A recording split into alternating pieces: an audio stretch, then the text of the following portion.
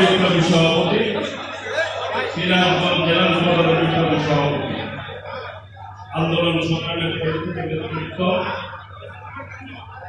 রাজশাহী বিভাগীয় সহসাংগঠনিক সম্পাদক মির্জা বাবু উপস্থিত রয়েছেন। মাসুমুল হক, এই যে অনুষ্ঠানগুলি হচ্ছে জেলা ভিত্তিক আমরা টিভি করেছি, সেই টিভিটা নির্বাহী কমিটির সম্পাদক মাসুমুল হক, বাগেরহাটের কৃতি সন্তান। উপস্থিত রয়েছে বিভাগীয় সহসভাপতি মাহফুজুর রহমান রিটন, রাজশাহী মহানগর যুবদলের বিপ্লবী আহ্বায়ক। উপস্থিত রয়েছেন সহসাধারণ সম্পাদক রাজশাহী বিভাগীয় ইমেল রানা। উপস্থিত এই সিরাজগঞ্জের কৃতি সন্তান, রাজশাহী বিশ্ববিদ্যালয় থেকে তিনি রাজনীতি করে বেড়ে উঠেছে, মোহাম্মদ রফিকুল ইসলাম, সহসাধারণ সম্পাদক কেন্দ্রীয় নির্বাহী কমিটি। সহ আন্তর্জাতিক সম্পাদক পাবনার কৃতি সন্তান, যিনি সিলেট প্রযুক্তি বিশ্ববিদ্যালয় থেকে রাজনীতি করেছেন, ছাত্রদলের আহ্বায়ক ছিলেন, বর্তমানে সহ আন্তর্জাতিক সম্পাদক এস এম জাহাঙ্গীর হোসেন আমাদের মাঝে উপস্থিত রয়েছে। এই টিমের যারা মেম্বার, তার মধ্যে অন্যতম আমাদের টাঙ্গাইলের কৃতি সন্তান শাহেদ, মোহাম্মদ শাহেদ এখানে উপস্থিত রয়েছে। উপস্থিত রয়েছেন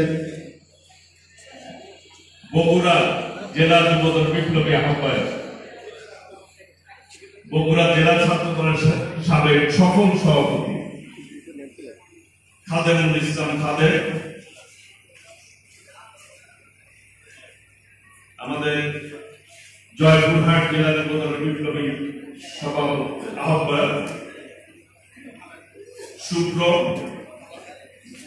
উপস্থিত রয়েছে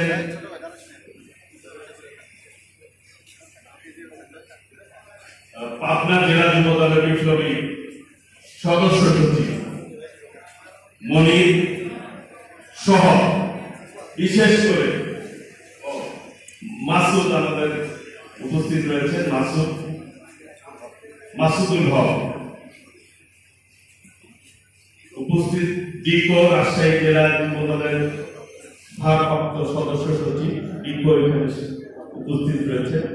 উপস্থিত রয়েছেন বিশেষ করে আজকের অনুষ্ঠানে তিনি সঞ্চালনা করলেন আমাদের সিরাজগঞ্জ জেলা যুবদলের বিপ্লবী সাধারণ সম্পাদক সাবেক ছাত্রনেতা মুরাদ আলামী সিনিয়র সহ যারা এখানে উপস্থিত রয়েছেন। এখানে বাচ্চু ভাই রয়েছেন, আমাদের মোস্তফা, তিনি ছাত্র রাজনীতি করেছেন, একসাথে আমরা রাজনীতি করেছি। আজকে বিএনপি সাংগঠনিক সম্পাদক সেই সভাপতি মোস্তফা এখানে উপস্থিত রয়েছেন। টাঙ্গাইল জেলা বিএনপির সাবেক সদস্য সচিব মৌলানা আব্দুল হামিদ খান ভাসানীর নাতি, তিনি আমাদের টাঙ্গাইলের কৃতি সন্তান মাহমুদুল হক শানু উপস্থিত রয়েছে। সবাইকে বিএনপির অনেক নেতাদের আমরা এখানে দেখলাম। সকলকে যারা উপস্থিত রয়েছেন সবাইকে আমি আমার ব্যক্তিগত পক্ষ থেকে বাংলাদেশ জাতীয়তাবাদী যুবদল কেন্দ্রীয় নির্বাহী কমিটির পক্ষ থেকে সর্বোপরি মামাটি মানুষের নেত্রী, আমাদের প্রিয় নেত্রী, অবিসম্বাদিত নেত্রী দেশনেত্রী বেগম খালেদা জিয়ার পক্ষ থেকে, আমাদের নেতা এই বাংলাদেশে এই মুহূর্তে তিনি গণতন্ত্রের জন্য লড়াই সংগ্রাম করছেন, দেশনেত্রী বেগম খালেদা জিয়া এবং শহীদ রাষ্ট্রপতি জিয়াউর রহমানের যোগ্য ভারপ্রাপ্ত চেয়ারম্যান দেশ নায়ক তারেক রহমানের পক্ষ থেকে জানাই সালাম এবং শুভেচ্ছা। আসসালামু আলাইকুম।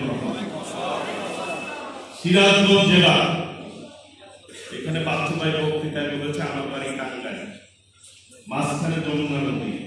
আমি নির্বাচন করি এই পাশেই গোয়াপুর থেকে, এই যমুনার চরের মধ্যেই আমার এক ইউনিয়ন, কয়েকটি ইউনিয়ন রয়েছে, অর্জুনা এবং কাকসারা, গোবিন্দেশী, কিছু অঞ্চল এই চরের মধ্যে রয়েছে, ভাঙ্গা ঘরের মধ্যে কিন্তু আমাদের জীবন চলে। কাজে আত্মিক একটি সম্পর্ক রয়েছে সিরাজগঞ্জ। সিরাজগঞ্জ রাজনৈতিকভাবেও কিন্তু সমৃদ্ধশালী জেলা, ঐতিহ্যবাহী জেলা। এই জেলা নেতা কর্মীরা সকল সময় আন্দোলন সংগ্রামে ভূমিকা রেখেছে। এরশাদ বিরোধী আন্দোলন, এই হাসিনা বিরোধী আন্দোলন, সকল আন্দোলনে সিরাজগঞ্জের একটি ভূমিকা রয়েছে। আমি আশা রাখি এই সিরাজগঞ্জের কৃতি সন্তান আমাদের সকলের প্রিয় শ্রদ্ধেয় স্থায়ী কমিটির অন্যতম সদস্য ইকবাল হাসান মাহমুদ টুকু ভাইয়ের সাথে আমার কথা হয়েছে। উনি আমাকে এই সিরাজগঞ্জ আসার ব্যাপারে, আজকে মিটিংয়ে আসার ব্যাপারে উনি আমাকে বলেছে এবং উনি বলার কারণে আমার নৈতিক দায়িত্ব হয়েছে এইখানে আসা। সেই জন্য মূলত ঈদের আর আছে আমি জেল থেকে বের হয়েছি 3-4 দিন আগে। সেই জন্য এই সিরাজগঞ্জের ওনার কথা এই প্রোগ্রামে আসছি। পাশাপাশি সিরাজগঞ্জের আরেকটি সন্তান আমাদের ছাত্র দলের আমার সময়ের সাধারণ সম্পাদকের দায়িত্ব পালন করেছেন আমিনুল ইসলাম খান। আমি সব দিক দিয়ে সিরাজগঞ্জের সাথে আমাদের একটি আত্মিক সম্পর্ক রয়েছে। প্রিয় ভাইরা, সেই সুবাদে বলতে চাই আজকে সবচাইতে বেশি নির্যাতন তো ফ্যামিলিকে কোনটি? শহীদ রাষ্ট্রপতি জিয়াউর রহমানের পরিবার সবচাইতে বেশি নির্যাতিত। দেশনেত্রী বেগম খালেদা জিয়া, তিনি 9 বছর গণতন্ত্রের জন্য লড়াই সংগ্রাম করেছেন। সেই নেত্রী 3-3বারের প্রধানমন্ত্রী আজকে গৃহবন্দী অবস্থায়, আজকে বাসায় চিকিৎসার অবস্থায় রয়েছে। তার চিকিৎসা হয় না, এই সরকার চিকিৎসাটাও করতে দেয় না আমাদের। সেই পরিবারের যোগ্যশলী দেশনায়ক তারেক রহমান আজকে বিদেশের মাটিতে থেকে দলের নেতৃত্ব দিতে হচ্ছে। একবার চিন্তা করে দেখেন, শহীদ রাষ্ট্রপতি জিয়াউর রহমান, যার ঘোষণার মধ্য দিয়ে বাংলাদেশ নামক এই রাষ্ট্রটি গঠিত হয়েছে, সেই পরিবারের সদস্যরা একজন গৃহবন্দী আর একজন মামলার কারণে বিদেশ অবস্থান করছে, ষড়যন্ত্র করে দেশে আসতে দিচ্ছে না এই সরকার। একবার চিন্তা করেন, সেই শহীদ রাষ্ট্রপতি জিয়াউর রহমানের পরিবারের সদস্যরা বাংলাদেশে থাকতে পারবে না, কি হতে পারে? আপনাদের নেতা ইকবাল হাসান মাহমুদ আজকে মামলার কারণে বিদেশে অবস্থান করতে হচ্ছে, তাকে মিথ্যা মামলায় সাজা দিয়েছে। সেই জন্য বলবো, সবচেয়ে নির্যাতিত পরিবার হচ্ছে শহীদ রাষ্ট্রপতি জিয়াউর রহমানের পরিবার। বাংলাদেশের সকল মানুষই কিন্তু বর্তমানে নির্যাতনের বাইরে কেউ নাই, আছে? বিএনপি নেতা কর্মীরা তো নির্যাতনের বাইরে নাই, বাংলাদেশের জনগণ নাই।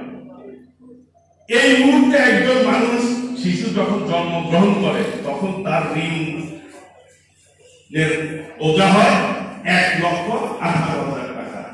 ঋণ মাথায় নিয়ে একজন শিশু বাংলাদেশে ভূমিষ্ঠ হতে পারে। এটার কারণ কি? এই সরকারের লুটপাট আর দুর্নীতির কারণে আজকে বাংলাদেশের মানুষ ঋণগ্রস্ত হয়ে পড়েছে। আজকে এই যে পুলিশের আইন, আজকে পুলিশ বাহিনীর লোকরাও কিন্তু তার নাম বলতে লজ্জা বোধ করে যে এইরকম লুটেরা, এইরকম মাফিয়া ঢল পুলিশের আইজি হয়েছে, র্যাবের ডিজি হয়েছে, তারা দেশটাকে লুটে ফুটে খেয়েছে। আজকে আওয়ামী লীগের নেতারা বলে যে বেনজির আমাদের লোক, তখন এই বেনজির শাপলা চত্বরে আলেমদেরকে গুলি করে হত্যা করেছিল, এই বেনজিরকে বিয়ে করিয়েছিল। আজিজ, যিনি বিডিআর ছিলেন, পিলখানা হত্যাকাণ্ডের সাথে জড়িত ছিলেন, সেনাবাহিনীর প্রধান, এখন সেনাবাহিনী কেউ কিন্তু এই সরকার কলঙ্কিত করেছে। একজন মাফিয়া অন্যায়কারী তাদেরকে সেনাবাহিনীতে চিফ করেছে, যত অপকর্ম তাদেরকে দিয়ে করেছে। রাষ্ট্র যখন দুর্নীতিকে উৎসাহিত করে আজকে যে দামি নির্বাচন হয়েছে, আমি এবং দামি নির্বাচন 7 তারিখে, এই দামি নির্বাচনে যারা অবৈধভাবে ভোট দিয়েছে পুলিশরা, তারা তাদেরকে পদক দিচ্ছে। গত কয়েকদিন ধরে পত্রিকায় দেখলাম যে ওই সমস্ত পুলিশ কর্মকর্তাদেরকে পদক দিচ্ছে এবং ইলেকশন পারপাসে রাষ্ট্রের কোষাগার থেকে তাদেরকে ঘুষ দেওয়া হয়েছে। প্রিয় ভাইয়েরা, রাষ্ট্র যখন অপরাধী হয় তখন কিন্তু সেই রাষ্ট্র টিকে থাকতে পারে না। আজকে এই অবৈধ নির্বাচনে, দামি নির্বাচনে মানুষ বলে আমি এবং দামি, খালাতো ভাই আর ফুফাতো ভাইয়ের নির্বাচন হয়েছে 7 তারিখ, অবৈধ নির্বাচন। সেই অবৈধ নির্বাচনের কে এমপি হয়েছে? সোনা চোরাচালান তিনি করেছেন। 22টি আন্তর্জাতিকভাবে চোরাচালানির মামলা ছিল যে আনা হত্যা হয়েছে। আমরা সকল হত্যাকাণ্ডের তীব্র নিন্দা জানাই। কাদেরকে এমপি বানিয়েছেন? 30 লক্ষ শহীদের রক্তের বিনিময়ে অর্জিত বাংলাদেশ। এই পবিত্র সংসদে তাদেরকে পাঠিয়েছে চোরাচালানি, সন্ত্রাসী মাফিয়া, অবৈধ স্বর্ণ ব্যবসায়ীদেরকে। আজকে সেই এমপি পার্শ্ববর্তী দেশে গিয়ে খুন হয়েছে, তার লাশ খুঁজে পাওয়া যায়। আজকে হাড্ডি খুঁজে বেড়ায় নর্দমাতে, মাংসের টুকরা খুঁজে বেড়ায় সেফটি ট্যাঙ্কিতে, এখানে মলমূত্র জমা হয়, সেইখানে খুঁজে বেড়ায়। প্রিয় ভাইরা, বলতে চাই, তার সন্তান আত্মনাদ করে বাবার এক পিস, এক টুকরা মাংস যাতে আমরা বলতে পারি, বলতে পারবো এটা বাবার মা। আমি বলতে চাই, আমরা এই হত্যাকাণ্ডের তীব্র নিন্দা জানাই, কিন্তু পাশাপাশি বলতে চাই এই সমস্ত মাফিয়া তোলাকারীরা সংসদ সদস্য হতে পারে না। এখন তো লাশ দিতে পারছে না। কত নেককারজনক ঘটনা, পচা গোবাতে খুঁজে বেড়ানো হচ্ছে, তার মাংস এক টুকরা পাওয়া যায় না। আমি বলতে চাই, একজন এমপি যখন বাংলাদেশের বাইরে যায় তখন কিন্তু তার দায়িত্ব ওই রাষ্ট্রের যারা আমাদের একটি এম্বাসি আছে, এম্বাসির কর্মকর্তা আছে, ওইখানে এজেন্সির লোকজন আছে, তাদের খোঁজ খবর রাখার দায়িত্ব না। এমপি কোথায় কোথায় যায়, কোথায় অপকর্ম করে। প্রিয় ভাইরা, সমস্ত রাষ্ট্রযন্ত্রকে তারা অপকর্ম করে আজকে বন্ধুর অবস্থায় ফেলে দিয়েছে এই রাষ্ট্রকে, এই রাষ্ট্র ব্যবস্থাকে। আমাদের নেতা দেশনায়ক তারেক রহমানের একটি মামলার রায় হয়েছিল, সেই মামলায় রায় দিয়েছিল, খালাস দিয়েছিল, সেই বিচারপতিকে আজকে বাংলাদেশে থাকতে পারছে। প্রধান বিচারপতি তত্ত্বাবধায়ক সরকার নিয়ে একটি অবজারভেশন দিয়েছিল, সেই প্রধান বিচারপতি সিনহা সাহেব কিন্তু বাংলাদেশে থাকতে পেরেছে। কাজেই বিচার ব্যবস্থা ধ্বংস করেছে, আজকে নির্বাচন ব্যবস্থা ধ্বংস করেছে, আজকে পুলিশের সর্বোচ্চ কর্মকর্তা পুলিশ বাহিনী ধ্বংস করেছে। সেনাবাহিনী আমাদের স্বাধীনতা সার্বভৌমত্বের প্রতি, সেই সেনাবাহিনীকে কলঙ্কিত করেছে এই সরকার। কাজেই এই সরকার, এই মাফিয়া সরকারকে ক্ষমতায় থাকার অধিকার নাই, আছে। কাজে আমরা বলতে চাই, আজকে আমরা আমাদের নেতা দেশনায়ক তারেক রহমানের নেতৃত্বে এক দফার আন্দোলন চলছে। এইখানে সবাই কিন্তু অভিজ্ঞতা সম্পূর্ণ রাজনীতিবিদ। আপনারা অনেকে এরশাদ বিরোধী আন্দোলন করেছেন। আপনারা এরশাদের পতন কিন্তু ৮৬ সালে হওয়ার কথা ছিল। ৮৬ সালে এই অবৈধ প্রধানমন্ত্রী লালদিঘির ময়দানে বলেছিল চট্টগ্রামে এরশাদের সাথে আতাত করে যারা নির্বাচনে যাবে জাতীয় বেঈমান হবে বলেছিল। সেই পরের দিন লং ড্রাইভে গিয়ে এই বর্তমান অবৈধ প্রধানমন্ত্রী এবং পতিত স্বৈরাচার এরশাদের সাথে আতাত করে নির্বাচনে গিয়ে কিন্তু জাতীয় বেঈমান হয়েছিল, আত্মস্বীকৃত জাতীয় বেঈমান। কাজে আজকের প্রেক্ষাপটে বলতে চাই, এরপরে মনে হলো যে ৮৭ সালে একটা আন্দোলন হয়েছিল, মনে থাকার কথা, আমাদের টাঙ্গাইলের আবু রাহেল জগলু বাসমার আন্দোলনে শহীদ হয়েছিলেন। তখন মনে হয়েছিল এর সাথে পতন হয়ে যাবে, পতন হয় না। 88 সালে একটি নির্বাচন হয়েছিল, আসম আব্দুর রব বিরোধী দলের নেতা হয়েছিলেন, সম্মিলিত বিরোধী দলের নেতা। তখন সবাই বলতো সম্মিলিত গৃহপালিত নেতা, বিরোধী দলের নেতা বলতো না, গৃহপালিত নেতা বলতো। 88 সালেও কিন্তু এর সাথে পতন হয় না। 90-তে গিয়ে চূড়ান্ত পতন হয়েছে এর সাথে। কাজে পতন ধাপে ধাপে হবে, এটাই স্বাভাবিক। আমাদের নবীজি যখন, আমাদের নবী মুহাম্মদ সাল্লাল্লাহু আলাইহি ওয়াসাল্লাম যখন মদিনা, মক্কা থেকে মদিনায় হিজরত করে, অনেকগুলি যুদ্ধ হয়েছিল। তারপরে অনেক বছর পরে গিয়ে মক্কা বিজয় অর্জন করতে সক্ষম হয়েছিল, ইসলাম পরিপূর্ণভাবে প্রতিষ্ঠা পেয়েছিল।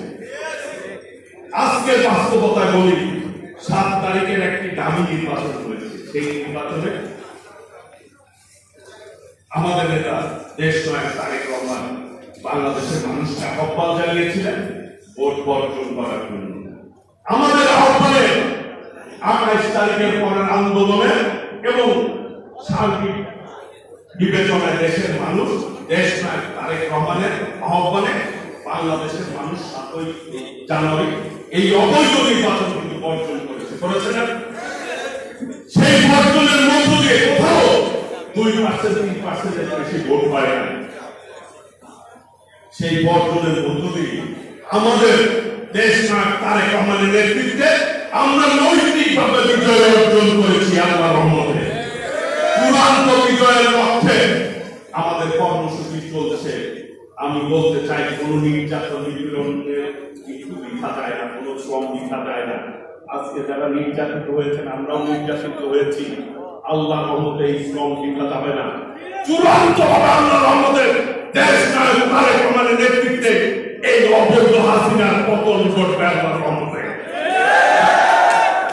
এর কোনো বিকল্প হবে না। প্রিয় ভাইরা, হয়তো আমাদের একটু কষ্ট সহ্য করতে হচ্ছে। প্রিয় ভাইরা, একবার চিন্তা করেন, আমরা যারা রাজনীতি করি, আজকে আওয়ামী লীগের লোকজনরা সামাজিক ভাবেও কিন্তু তাদেরকে মানুষ ভয় করে, ঘৃণা করে। কোন লোক যদি পরিচয় দেয় এলাকাতে যে আমি আওয়ামী লীগ করি, আওয়ামী লীগের নেতা, মানুষ কিন্তু মুখ ফিরায় না, একটু দেয়, বেসর পারে।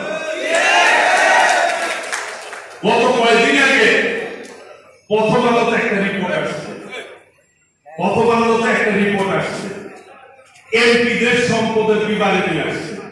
উপজেলা চেয়ারম্যান যারা, এই যে অবৈধ চেয়ারম্যান, এদেরও একটা বিবারে নিয়ে আসছে। এমপিদের সম্পদ 3000 গুণ 5 বছরে বৃদ্ধি পাইছে, আর উপজেলা চেয়ারম্যানদের সম্পদের পরিমাণ 4000 গুণ বৃদ্ধি পাইছে। প্রথম আলোতে নিউজ আসছে। তাহলে আমরা বলতে চাই, এই লুটপাটের টাকা এত তাড়াতাড়ি লুটপাট করছে, প্রত্যেকেই লুটপাট করেছে। কার টাকা এটা? বাংলাদেশের মানুষের শ্রমে, ঘামে, কষ্টে অর্জিত টাকা। এই সমস্ত বেঈমান মুনাফিক, ভূমিদস্যু, স্বর্ণচোরা দালালি কারবারিরা আজকে এই বাংলাদেশের মানুষের কষ্টের টাকা লুটপাট করেছে। প্রত্যেকটি হিসাব বাংলাদেশে হবে। আমরা সেই জন্য বলতে চাই, আমরা হয়তো কষ্ট হচ্ছে, আমাদের দেশের মানুষ কিন্তু বলে না যে চোর বাটপাট যাচ্ছে, এরা রাজনীতি করতেছে, মানুষের জন্য কষ্ট করতেছে, এটা কিন্তু মানুষ করে। হ্যাঁ, আমরা চূড়ান্ত বিজয় অর্জন করতে সক্ষম হই না, কিন্তু আমাদের সেন্টিমেন্টের সাথে বাংলাদেশের মানুষ ঐক্যবদ্ধ হয়েছে যে আমরাই রাইট পজিশনে আছি। আজকে 7 জানুয়ারি যে নির্বাচন হয়েছে, দামি নির্বাচন, সেই দামি নির্বাচন, অবৈধ নির্বাচনের বিরোধী দলের নেতার বক্তব্য গত কয়েকদিন আগে দেখছেন আপনারা। কি বলছে? যে আমি একজন গৃহপালিত নেতা হচ্ছি, আমার যখন যা বলে তাই করতে হবে। আমি যদি নির্বাচনে না যাইতাম, তাহলে জেলখানায় যাইতে হবে। সুবিধার জন্য রাজনীতি করে না, তাদের রাজনীতি টিকবে। আমরা বলতে পারি, আমাদের নেতা শহীদ রাষ্ট্রপতি জিয়াউর রহমান দেশের মানুষ মানুষের জন্য মুক্তিযুদ্ধ করেছিল, দেশের জন্য রাজনীতি করেছিল। আমাদের দেশের বেগম খালেদা জিয়া 9 বছর আন্দোলন সংগ্রাম করে মানুষের গণতন্ত্র দিয়েছে। আমাদের নেতা বীর ভারত দেশ নায়ক তারেক রহমান, আমরা বুক খুলে বলি আমাদের নেতা ক্ষমতার রাজনীতি করছে না। আমাদের নেতা নিজে বলেছেন আমরা মানুষের ভোট মানুষকে ফেরত দিতে চাই, বিএনপি ক্ষমতার রাজনীতি করে না। প্রিয় ভাইরা, সেই জন্য আপনারা হয়তো অনেকে কষ্ট স্বীকার করছেন, অনেকে নির্যাতন ভোগ করছেন। আল্লাহ এই সকল কিছুর বিচার এই বাংলাদেশের মানুষ ইনশাআল্লাহ দিবে। ইনশাআল্লাহ তাদের হতাশার কোনো কারণ নাই। আগামী দিনে আমি মনে করি যে আমরা আমাদের একটা দেশ নায়ক তারেক রহমানের নেতৃত্বে যেভাবে বাংলাদেশের মানুষের কাছে আমরা রাজনৈতিকভাবে আমরা গ্রহণযোগ্যতা অর্জন করতে সক্ষম হয়েছি। একদিকে 93% মানুষ, 95% মানুষ একদিকে, আর লুটপাটকারী, ষড়যন্ত্রকারী, দেশ ধ্বংসকারী, দেশদ্রোহী একদিকে। এদের অস্তিত্ব থাকবে না আল্লাহর রহমতে। সেই প্রত্যাশাতে সকলকে এই সিরাজগঞ্জ জেলা যুবদল বিএনপি আপনারা সকল সময় সকল আন্দোলনে আপনাদের একটি ভূমিকা আছে। এরশাদ বিরোধী আন্দোলনে এই সিরাজগঞ্জে বিএনপি নেতা কর্মীরা সর্বোচ্চ ভূমিকা নিয়ে বাংলাদেশে নাম করেছিলেন আন্দোলনে। আপনারা হাসিনা বিরোধী আন্দোলনে আপনারা নাম করেছেন। আল্লাহ রহমতে রাজনীতি এবং আন্দোলন আপনাদেরকে শিখাতে হবে না, আপনাদেরকে দেখে মানুষ শিখবে ইনশাআল্লাহ। খোদা হাফেজ। বাংলাদেশ জিন্দাবাদ। আগামী দিনে ইনশাআল্লাহ দেশ নায়ক তারেক রহমানের নেতৃত্বে আমরা এই দেশের মানুষের ভোটের অধিকার প্রতিষ্ঠা না হওয়া পর্যন্ত আমরা আমাদের আন্দোলন চালিয়ে যাব এবং ইনশাআল্লাহ আমরাই বিজয় অর্জন করে ঘরে ফিরব। এই আশাবাদ ব্যক্ত করে সকলকে ধন্যবাদ জানিয়ে আমি আমার বক্তব্য শেষ করছি। খোদা হাফেজ। বাংলাদেশ জিন্দাবাদ। শহীদ রাষ্ট্রপতি জিয়াউর রহমান অমর হোক। দেশনেত্রী বেগম খালেদা জিয়া, দুই বিএনপির ভারপ্রাপ্ত চেয়ারম্যান দেশ নায়ক তারেক রহমান জিন্দাবাদ। সকলকে ধন্যবাদ। আসসালামু আলাইকুম।